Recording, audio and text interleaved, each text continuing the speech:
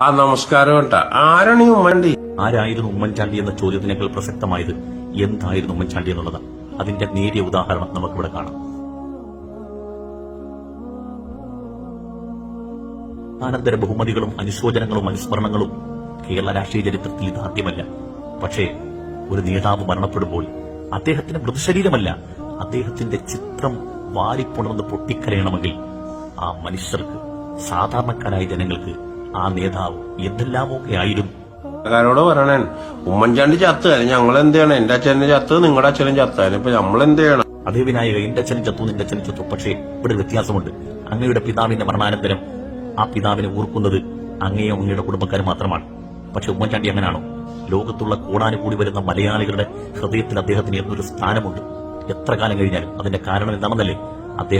അദ്ദേഹത്തിന് വേണ്ടി ജീവിച്ചതിനേക്കാൾ കൂടുതൽ ഈ നാട്ടിലുള്ള സാധാരണക്കാർക്ക് വേണ്ടി ജീവിച്ചു. സാധാരണക്കാരുടെ ശബ്ദമായിരുന്നു ഉമ്മൻചാണ്ടി എന്നുള്ളത് രാഷ്ട്രീയ ഭേദമന്യേ എല്ലാവർക്കും പറയാൻ കഴിയും. ഇനി നോക്കൂ, അദ്ദേഹത്തിന്റെ രാഷ്ട്രീയ പ്രത്യക്ഷ പ്രതിയോഗികൾ പറയുന്ന മറുപടി മരണാനന്തരമല്ല, ജീവിച്ചിരിക്കുമ്പോൾ പോലും അദ്ദേഹത്തെക്കുറിച്ച് ബഹുമാനപ്പെട്ട ഷംസീർ പറയുന്ന ഒരു വാക്ക് നമുക്ക് കേൾക്കാം. അദ്ദേഹം 50 വർഷം ഇനിയൊരു ഉമ്മൻചാണ്ടി സാർ ഉണ്ടാകുമോ? ഒരു സംശയം വേണ്ട. ഞാൻ പെസിമിസ്റ്റായി സംസാരിക്കുന്നതല്ല. 50 വർഷം ഒരു അസംബ്ലി സെഗ്മെന്റിൽ നിന്നും ജനം തുടർച്ചയായി ഒരാളെ തെരഞ്ഞെടുക്കുന്നു.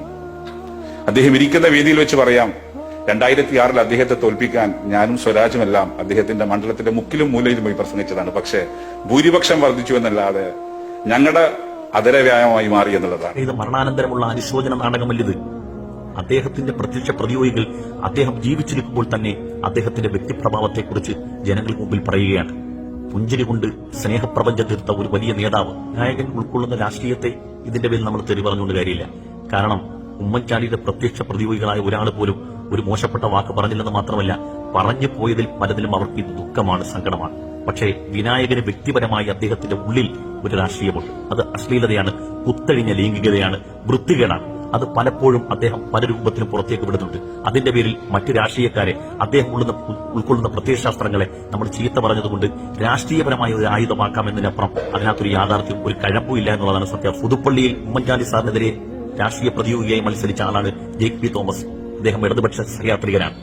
അദ്ദേഹം പോലും പറഞ്ഞത് ഉമ്മൻചാണ്ടി സാറിനെ കുറിച്ച് ഞങ്ങൾക്കിടയിൽ പറയുന്നൊരു വാക്കിതായിരുന്നു, സഞ്ചരിക്കുന്ന മൊബൈൽ കോടതി. അതെ, അങ്ങനെ തന്നെയായിരുന്നു.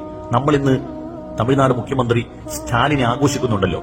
എന്നാൽ സ്റ്റാലിനേക്കാൾ മുമ്പ് ജനങ്ങളെ വഴിയിൽ നിന്നുകൊണ്ട് ജനങ്ങളുടെ അപേക്ഷകൾ സ്വീകരിച്ച് അവരുടെ പ്രശ്നങ്ങൾക്ക് പരിഹാരം കണ്ട സമാനമായ ഒരു നേതാവ് ബഹുമാനപ്പെട്ട ഉമ്മൻചാണ്ടിയാണെന്ന് പറയാതിരിക്കാൻ കഴിയില്ല. സമീപകാലത്ത് എത്ര രാഷ്ട്രീയ നേതാക്കന്മാരും മൺമറഞ്ഞുപോയി. ഉമ്മൻചാണ്ടി സാറിന് വേണ്ടി സാധാരണക്കാരായ ആളുകൾ ഈ വിലപിച്ചതുപോലെ, കരഞ്ഞതുപോലെ, തേങ്ങിക്കരഞ്ഞതുപോലെ, ഞങ്ങൾക്കെല്ലാം നഷ്ടപ്പെട്ടു, ഞങ്ങളുടെ ശരീരത്തിന്റെ ഒരു അവയവം നഷ്ടപ്പെട്ടു എന്ന തരത്തിൽ ഈശ്വരം ഉറക്കെ കരഞ്ഞുകൊണ്ട് അദ്ദേഹത്തിന്റെ മൃതശരീരത്തിന്റെ മുമ്പിൽ പൊട്ടിക്കരയുന്ന ചെറിയ കുട്ടികൾ മുതൽ വിദ്യാർത്ഥികൾ മുതൽ പ്രായം ചെന്ന വയോവൃദ്ധരായ ആളുകൾ, കാൽനടയായി വരാൻ കഴിയാത്ത ആളുകൾ വളരെ പ്രയാസപ്പെട്ടു പോലും അദ്ദേഹത്തിന്റെ മൃതശരീരത്തിന് സമീപത്ത് വന്ന് ചുംബനം കൊടുത്ത് മടങ്ങിപ്പോകുമ്പോൾ ആ നേതാവ് എന്താണ് എന്ന് ഒരു നിമിഷം നമുക്ക് ചിന്തിച്ചുകൂടെ? ലക്ഷക്കണക്കിന് മനുഷ്യർ അന്ത്യം ഉറങ്ങുന്ന ശ്മശാന ഭൂമികയിൽ ഒരുപാട് കല്ലറകൾ ഉണ്ടെങ്കിലും ചില കല്ലറകൾ മാത്രം എപ്പോഴും വ്യതിരിക്തമായി നിൽക്കും. അതിലേക്ക് ആളുകൾ ചൂണ്ടിയിട്ട് പറയും, ഇത് ഇന്ന ആളാണ്. എന്തുകൊണ്ടാണെന്നല്ലേ? ആ മനുഷ്യനെ എക്കാലത്തും മനുഷ്യർ ഹൃദയത്തിൽ സൂക്ഷിക്കുന്നത് അവർക്ക് വേണ്ടി ജീവിച്ചതിനേക്കാൾ കൂടുതൽ മറ്റുള്ളവർക്ക് വേണ്ടി ജീവിച്ചതുകൊണ്ടാണ്. പറയുകയാണ് വിനായക, മരണം ഉമ്മൻചാണ്ടിക്ക് മാത്രം അനിവാര്യമായതല്ല, അങ്ങേയും തേടിയെത്തും. മരണത്തിന്റെ നൗകയിലേറി അങ്ങും യാത്രയാകും.